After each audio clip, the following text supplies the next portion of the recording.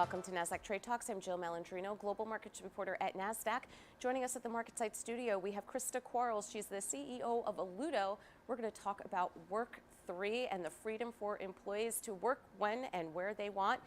This sounds good to me, Christa. Welcome to MarketSite. Tell us about Alludo. Yeah, thank you, Jill. Well, Alludo is actually a rebrand of a company that many people may know as the Quarles Corporation. And one of the reasons we felt the need to rebrand was we felt that at the end of the day, it didn't really describe what we were all about. We're all about helping and making sure that the knowledge worker works better so that they live better. And so Alludo came about as all you do. And so putting the pieces together, we really want to help people in every frame of their life. Why do healthy work environments really depend on feeling well psychologically, your safety? What's the rationale behind that? Well, it's been studied, actually. The number one aspect that drives a high-performing team is psychological safety. And so the way we see it is if somebody is afraid to point something out in a meeting or make an offering or suggestion, we're just going to be less creative and less innovative as a company. And the reality is certain work environments have stifled voices. I certainly know that in my early career, I felt like my voice was stifled. And in some ways, we're trying to create the company that I wished I could have joined when I was 22. What's management by haiku? Management by haiku, if you think about the last couple of years, it was the opposite of management by haiku. It was growth at any cost. And it meant necessarily that we didn't think strategically or we weren't focused as a marketplace really around how to achieve growth.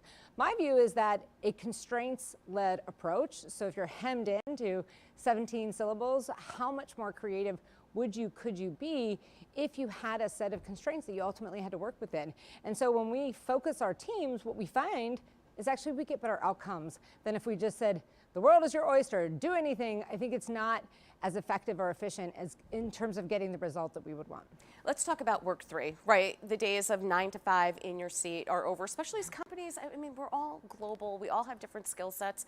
It wouldn't even make sense to do 9 to 5 at this point.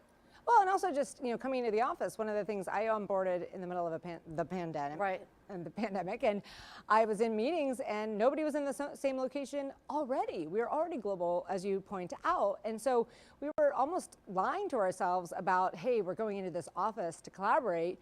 And when in reality, we're saying there's a new way of working. We need to come together in a different way. And what ultimately needs to happen is that leaders need to change our approach and our style. So I think this is an identity crisis for leaders. And that's why so many of them are like, just get it back to the office. I just want to go back to the way that it was, because we're asking leaders to change their style of leadership.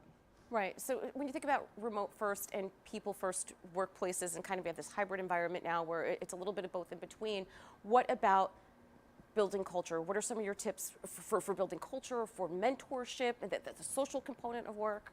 First of all, when people think remote first, it means we've never gathered and we never see each other and we never come together. That's completely false. We absolutely gather. I look at 3 reasons to come together as a team. The first is, large group collaboration work. The second is socialization. People want to get together. I always talk about neurobiological connection. If I've connected with you, I've built trust with you, and now when we have a really challenging problem, I can solve it better with you because I've built that trust. And then there's the third reason people used to come to work, which is that was their personal productivity pod. And my view is that can be anywhere. It can be in my room off of my master bedroom, or if you live in a 700 square foot apartment in Tokyo with your mother-in-law, you might say, hey, I'd like to come into an office. So it's really about enabling work wherever you feel best, because knowledge work is not piecework. It's special and distinct and unique. Yeah. All right, Christa, appreciate the insight. Thanks for joining us on Trade Talks, and thanks for joining me. I'm Jill Malandrino, Global Markets Reporter at Nasdaq.